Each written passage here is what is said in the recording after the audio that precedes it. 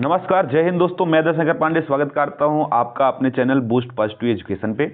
जैसा कि आपको दिख ही रहा होगा कि आज हम जो डिस्कशन करेंगे वो उत्तर प्रदेश सरकार द्वारा उत्तर प्रदेश पुलिस भर्ती प्रोन्नति बोर्ड ने क्या किया है कि जो कांस्टेबल की लगभग 60 से 62 हज़ार वाली जो वैकेंसियां थी उसके लिए फॉर्म अप्लाई करना शुरू कर दिया है। ठीक ना, फॉर्म निकाल दिया है और जो आपकी डेट है वो लगभग 16 जनवरी तक रखी गई है लास्ट डेट।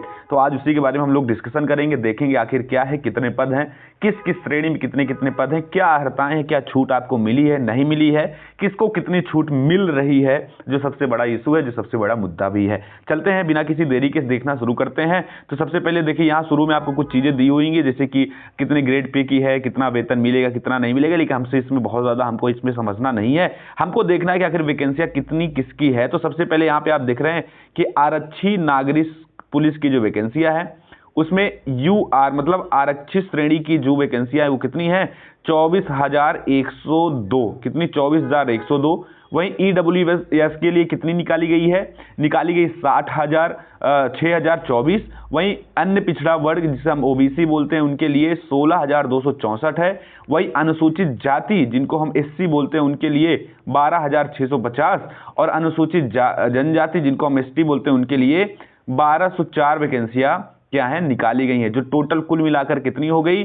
कुल मिलाकर 60,244। बहुत बड़ा पद है भैया, इतना आप समझ लीजिए, बहुत बड़ा पद इस बार निकाला गया। 60,244 वैकेंसियां पूरी निकाली गई हैं। यहां पे ये भी याद रखिएगा कि इसमें महिलाओं के लिए भी पद क्या है सुनिश्चित किए गए। महिलाओं के लिए भी पद हैं, आपको अच्छी तरह से पता है कितने पद हैं कितने नहीं, इन सारी चीजों के बारे में हम यहाँ पे देखेंगे। सबसे जरूरी बात क्या है, यहाँ पे ये देखिए कि आवेदन कब शुरू हो रहा है, कब नहीं, कब खत्म होगा। तो सबसे पहले आवेदन जो शुल्क है जमा करने की तिथि वो 27 दिसंबर से शुरू हो जाएगी और आवेदन जमा करने की अंतिम तिथि वो कितनी है? 16 जनवरी है। वहीं शुल्क जमा करने की आवेदन की लास्ट तिथि 18 जनवरी है। ये चीज आपको याद रखना है 2024 में। तो बिना किसी देरी की कि भैया जब 16 तारीख आएगी तब फॉर्म भरेंगे, इसका इंतजार किए हुए 27 तारीख से जैसे ही क्या करते हैं फॉर्म की डेट शुरू हो जाए तुरंत जाकर के फॉर्म भरिए बिना किसी देरी की। जो भी एलिजिबल है जिनकी भी डेट पूरी हो गई है, ठीक है ना, बहुत जरूरी है। तो यहाँ पे इन डेट को आप लोग ध्यान में रख लीजिए अपने, बिल्कुल इनको भूलना नहीं है। आगे चलते हैं, आगे देखिए यहाँ पे शुल्क जो रखी गई है फॉर्म की तो 400 रुपए रखी गई है। क्या है? मात्र 400 रुपए रखी गई है। हम आगे आपको फुल डिटेल बता देंगे किस तरह आपको पुलिस आरक्षी वाला फॉर्म भरना है, वो एक वीडियो हम उस पे क्या करेंगे आपको बना करके हम दिखा देंगे, ठीक है ना। 400 रुपए क्या है, 400 रुपए फीस मात्र रखी गई है। आप लोग क्या करें, इसको जमा कर दीजिए। जो इसमें आरक्षण वगैरह है वो अभी आपको हम बता दे रहे हैं। सबसे पहले इसकी आहारता क्या क्या होनी चाहिए आप ये देख लीजिए। तो सबसे पहले राष्ट्रीयता, आप पता है कि आपको राष्ट्रीयता क्या होनी चाहिए, आप भारत के नागरिक हो, सबसे जरूरी जो है, और अन्य चीजें भी इसमें बातें बोली गई जिनको हमारे लिए बहुत ज्यादा जरूरी नहीं। सबसे पहले यहाँ पे शैक्षिक आहारता क्या है आप ये भी देख लीजिए। शैक्षिक आहारता में बोर्ड द्वारा 10वीं एवं 12वीं कक्षा क्या होनी चाहिए, उत्तीर्ण होनी चाहिए, और वो भी जो भाई मान्यता प्राप्त तो कॉलेज होना ही चाहिए जहां से भी आप उत्तीर्ण कर रहे हैं। ये सारी चीजें आपको ध्यान में रखनी है। दूसरी बात यहाँ पे आपको क्या रखना है कि अधिमानी आहारताएं, जो जैसे कि मान लीजिए किसी की आहारता सेम हो गई और आगे चल के सिलेक्शन की इशू आ रहे हैं, तो जो ज्यादा अधिमानी आहारताएं रखेगा उसको सिलेक्शन दिया जाएगा, जिसमें कि ओ लेवल को रखा गया है। उसके बाद जो प्रादेशिक सेना में न्यूनतम 2 वर्ष की अवधि तक सेवा कर रहे हैं उनको रखा गया। दूसरा बात, जो एनसीसी कैडेट कोर हैं जिनको बी प्रमाण पत्र प्राप्त हुआ है उनको ज्यादा वरीयता दी जाएगी। दूसरी बात, यहाँ पे आयु से संबंधित बातें हम कर लेते हैं। जो आयु वाली जो चीजें हैं उनको हम, तो भैया आयु के लिए जो चीजें हैं वो हमको देखना सबसे जरूरी है। सबसे पहले हम आयु के बारे में देख लेते हैं कि क्या क्या बातें आयु में बोली गई हैं, ठीक है ना, क्या कितने एज से लेकर के कितने वाले भरेंगे। तो सबसे पहले यहाँ पे आपको एक चीज दिख रही होगी कि 1/7/2023 को 18 वर्ष की आयु आप अगर पूरी कर ले रहे हैं तो आप एलिजिबल हैं।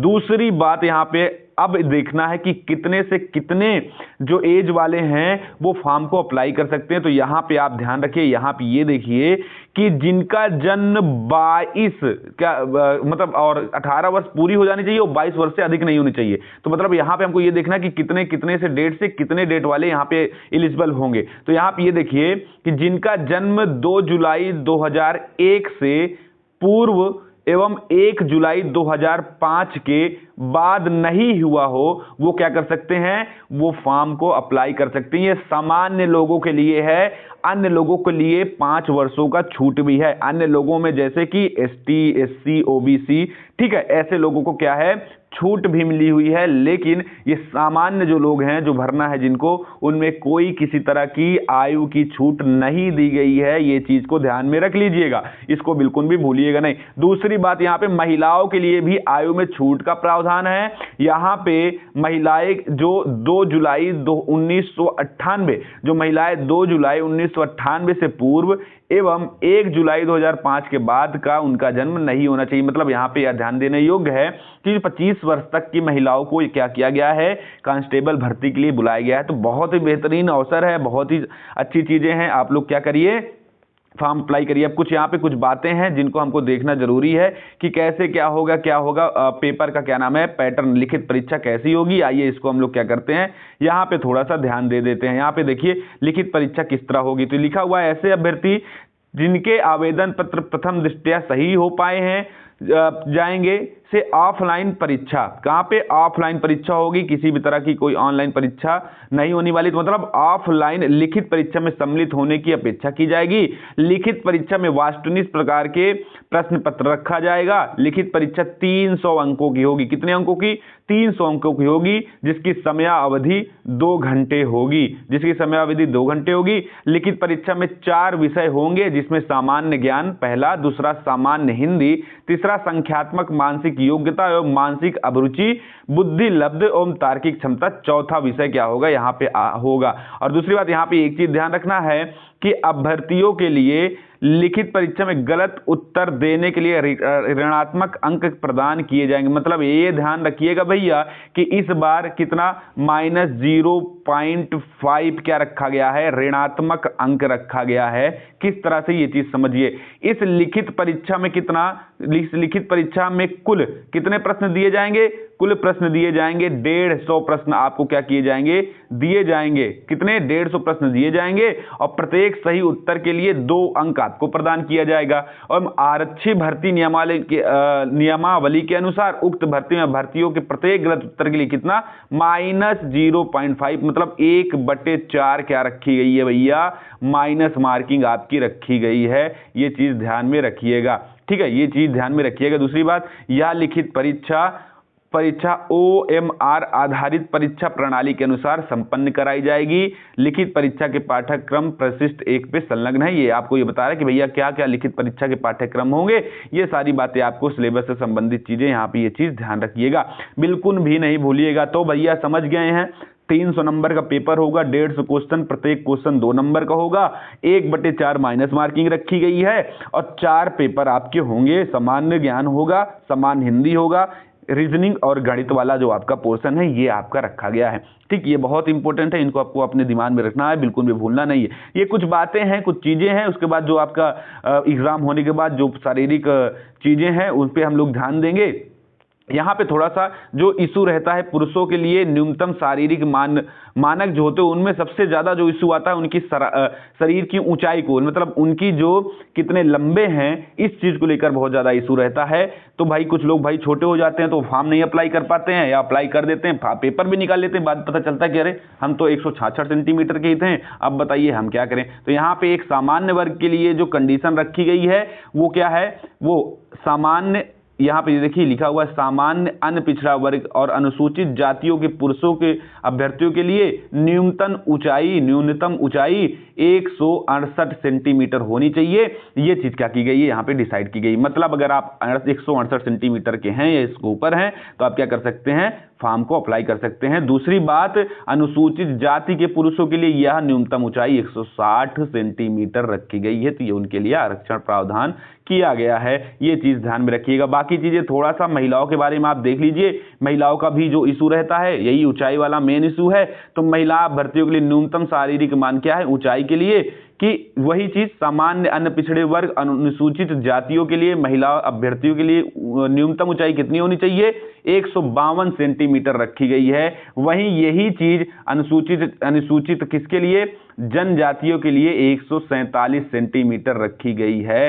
ये याद रखिएगा, इसको बिल्कुल भी भूलिएगा नहीं है। और एक चीज और, महिलाओं में क्या है, महिलाओं का वजन तो आप जानते ही कम होता रहता है, तो इसीलिए उनका वजन बहुत ध्यान देना पड़ेगा कि भाई महिला अभ्यर्थियों का न्यूनतम वजन 40 किलो से कम नहीं होना चाहिए। बाकी बीएमआई तो हर जगह चेक होती है, लेकिन न्यूनतम महिलाओं की जो वजन है वो 40 किलो से कम नहीं होना चाहिए। ये चीज ध्यान रखिए। कुछ शारीरिक मान्यताएं हैं जिनको आपको ध्यान में रखना पड़ेगा। आइए यहाँ पे थोड़ा सा शारीरिक दक्षता परीक्षण के बारे में भी हम लोग क्या करते हैं, देख लेते हैं। तो अभिलेखों की समीक्षा एवं शारीरिक मानक परीक्षण में सफल पाए गए अभ्यर्थियों से शारीरिक दक्षता परीक्षण में सम्मिलित होने के लिए अपेक्षा की जाएगी। जो सरकारी जो अहरकारी प्रकृति के होंगी, इस शारीरिक दक्षता परीक्षण में अहर होने के लिए पुरुष अभ्यर्थी 4.8 किलोमीटर मतलब लगभग 5 किलोमीटर की दौड़ 25 मिनट में, और महिला को 2.4 किलोमीटर मतलब लगभग 4400 मीटर की दौड़ 14 मिनट में क्या करनी होगी, पूरी करनी होगी। इसको ध्यान में रखिएगा। मतलब पुरुष 4800 मीटर कितने मिनट में, 25 मिनट में, और महिला 2400 मीटर 14 मिनट में अगर कंप्लीट कर लेते हैं तो भैया वो क्या हो जाएंगे, एलिजिबल हो जाएंगे। अपनी ये जो शारीरिक दक्षता परीक्षण है, फिजिकल इफिशियंसी टेस्ट जिसको हम बोलते हैं, उसको क्या कर ले जाएंगे, ये पास हो जाएंगे, दौड़ पूरी कर लेंगे। ठीक है ना, इन चीजों को ध्यान में रखिएगा।